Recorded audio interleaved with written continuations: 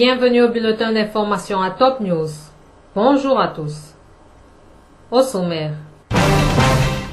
Yémen, un responsable dément l'appui du président Hadi à l'étranger. Afghanistan, le maintien de troupes américaines compromet les possibilités de paix. Crash A320, l'accident encore inexplicable, l'avion était techniquement irréprochable. Voici les détails. Le président syrien Bachar al-Assad a reçu hier mardi le ministre irakien des Affaires étrangères Ibrahim al-Jafari.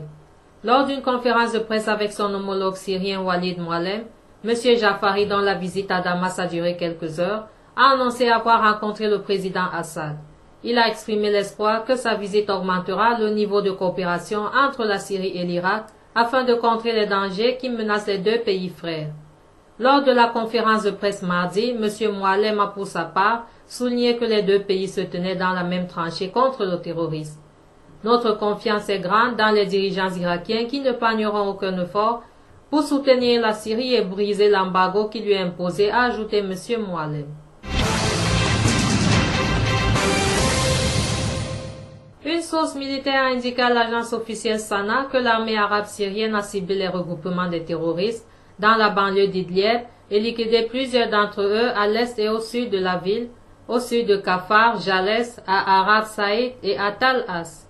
Dans la banlieue de Dara, l'armée a détruit un repère des terroristes dans la localité de Sanmin et a avorté une attaque terroriste contre les villages de Jidia et Kita dans la banlieue nord-ouest de la ville. Un véhicule blindé et des armes des terroristes ont été détruits dans cette opération. D'autre part, des véhicules du Front al-Nosra ont été démolis aussi à Mazrat Farouk et à Al-Jamla, près du village de Semrin. À Hama, des unités de l'armée ont tué et blessé des terroristes dans les villages de Eidoun, Abu Anaya et Tota dans la banlieue de la ville. Les rebelles en Syrie ont chassé mercredi les milices pro-régime des secteurs chiites de Bosra al-Sham, contrôlant désormais la totalité de cette grande ville antique du sud du pays, rapporte l'Observatoire syrien des droits de l'homme. Au terme de 4 jours de violents combats, rebelles et combattants islamistes ont chassé les forces de la défense nationale et les comités de défense populaire défendant les quartiers chiites qui représentent près de 50% de la ville, a affirmé à l'AFP Ramil Abdelrahman, directeur de l'Observatoire syrien des droits de l'homme. Inscrite au patrimoine mondial de l'UNESCO, la ville de Bosra est célèbre pour son théâtre romain et des ruines paléo-chrétiennes. Selon l'Observatoire syrien des droits de l'homme, les combats se sont déroulés près de la zone archéologique, mais M. Abdelrahman n'était pas en mesure de dire si les vestiges avaient été touchés par les violences. Le porte-parole des brigades Abdallah Azam, le cheikh Sirajeddin Zredkat, aurait fui le Liban vers le Kalamoun syrien, croit savoir le quotidien Al-Akhbar dans son édition de mercredi. Le chauffeur du cheikh islamiste, détenu par les autorités libanaises, aurait avoué avoir conduit Sirajeddin Zredkat vers la Beka dans un premier temps, puis vers le Kalamoun syrien à la frontière libanaise. Les brigades Abdallah Azam avaient revendiqué un double attentat suicide commis en novembre 2013 contre l'ambassade d'Iran à Beyrouth. Les forces de sécurité intérieures ont déployé mercredi plusieurs barrages dans la ville de Tripoli, au Liban Nord, rapporte l'Agence nationale d'information. Ces mesures s'inscrivent dans le cadre d'une journée sécuritaire visant à mettre un terme aux irrégularités en tout genre. Par ailleurs, le patriarche maronite Béchar Haraï a exprimé le soutien de l'Église au peuple libanais lors de son homélie à l'occasion de la fête de l'Annonciation. Un responsable yéménite a démenti mercredi la fuite à l'étranger du président Abed Rabo Mansour Hadi, affirmant qu'il avait été évacué vers un lieu sûr à Aden où il est retranché depuis plus d'un mois.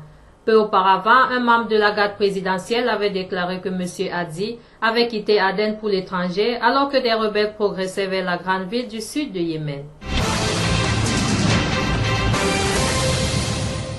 L'annonce par le président américain Barack Obama mardi du maintien jusqu'à la fin 2015 de 9800 soldats en Afghanistan va compromettre les possibilités de paix, a indiqué mercredi à l'AFP le porte-parole des talibans afghans Zabiullah Mujahid.